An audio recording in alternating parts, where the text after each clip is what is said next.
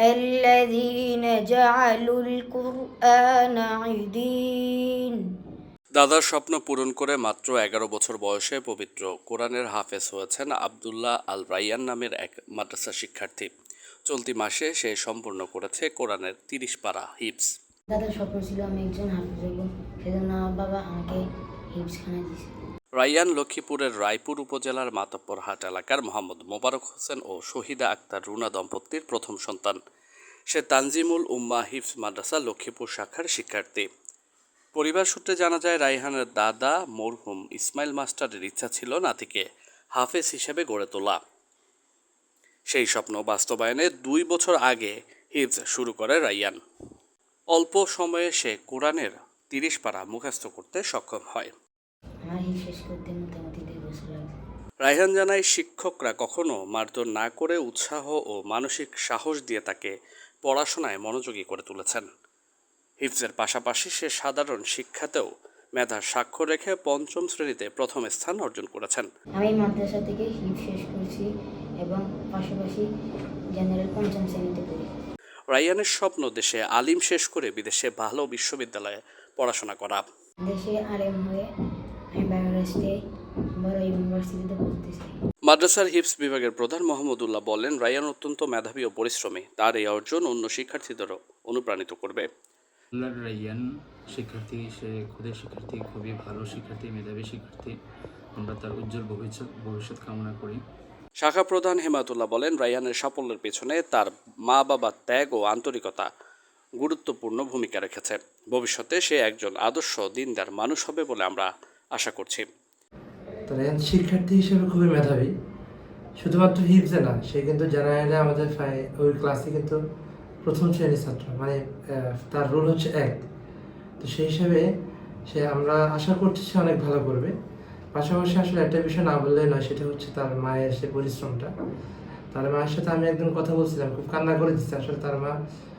আমরা হয়তো বা অনেকে ওই সময় ঘুম থেকে উঠি না, ভোর ৪টা বাজে উনি ঘুম থেকে উঠে সন্তানদের জন্য চেষ্টা করে যান কীভাবে তাকে দ্রুত ক্লাসে পাঠাবে। এই কিন্তু আমাদের ফজরের পরে সবার আগে কিন্তু এরা চলে আসে মাদ্রাসায়। তার মায়ের মানে বলা যায় যে তার মায়ের পরিশ্রম এখানে কথা বলতেছে। বাবা দেশের বাইরে থাকেন, সেক্ষেত্রে মায়ের ভূমিকা অসাধারণ। সে দেশের বাইরে গিয়েও মদিনা ইউনিভার্সিটি, আমাদের অনেক শিক্ষার্থীরা আছেন তানজিমুল উম্মাহ, মদিনা ইউনিভার্সিটি, আল আজহার ইউনিভার্সিটি এবং মদিনাতে অনেক অন্যান্য ইউনিভার্সিটিগুলো আছে, এগুলোতে ইনশাআল্লাহ সে করতে পারবে। তানজিমুল উম্মাহ ফাউন্ডেশনের অ্যাসিস্ট্যান্ট ডিরেক্টর মোহাম্মদ ইকরামুল হক বলেন, অনাবাসিক থেকে হিফজ পড়া যায় না, এ ধারণা ভুল। তাদের প্রতিষ্ঠানে অনাবাসিক থেকে অনেক শিক্ষার্থী হাফেজ হয়েছেন।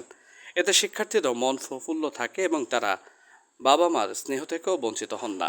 তারই উদাহরণ রায়হান। আসলে হিফজ শাখাগুলা আমাদের গতানুগতিক যে ধারা আবাসিক পড়তে হয়, এই ধারণাটা ঠিক নয়।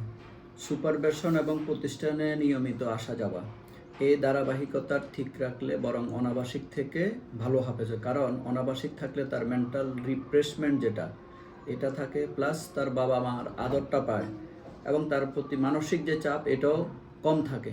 বিশেষ করে শুক্রবারে যেহেতু আমাদের সকালবেলা ক্লাস থাকে না, সে এই সময়টা ফ্রি মুভিং করতে পারে এবং বিকেলে আমাদের যথাযথ ক্লাস শেষে অংশগ্রহণ করছে। এই কারণে সম্ভব। আসলে অনাবাসিক থেকে নিয়ম কানুন মেনে পড়ালেখা করলে অনাবাসিক থেকেও হাফেজ হওয়া সম্ভব। এটা তানজিমুল উম্মাহর অনেক উদাহরণ আছে।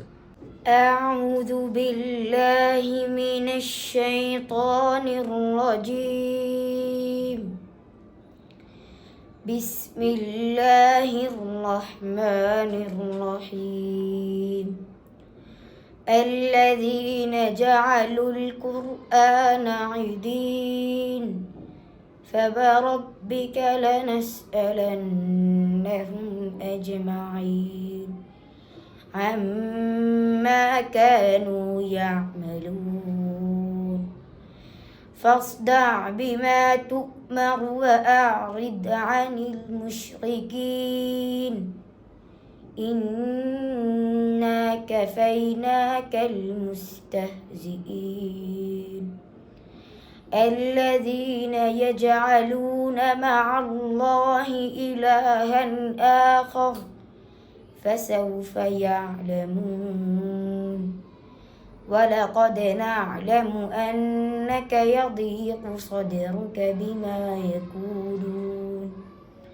فسبح بحمد ربك وكن من الساجدين واعبد ربك حتى يأتيك اليقين صدق الله العظيم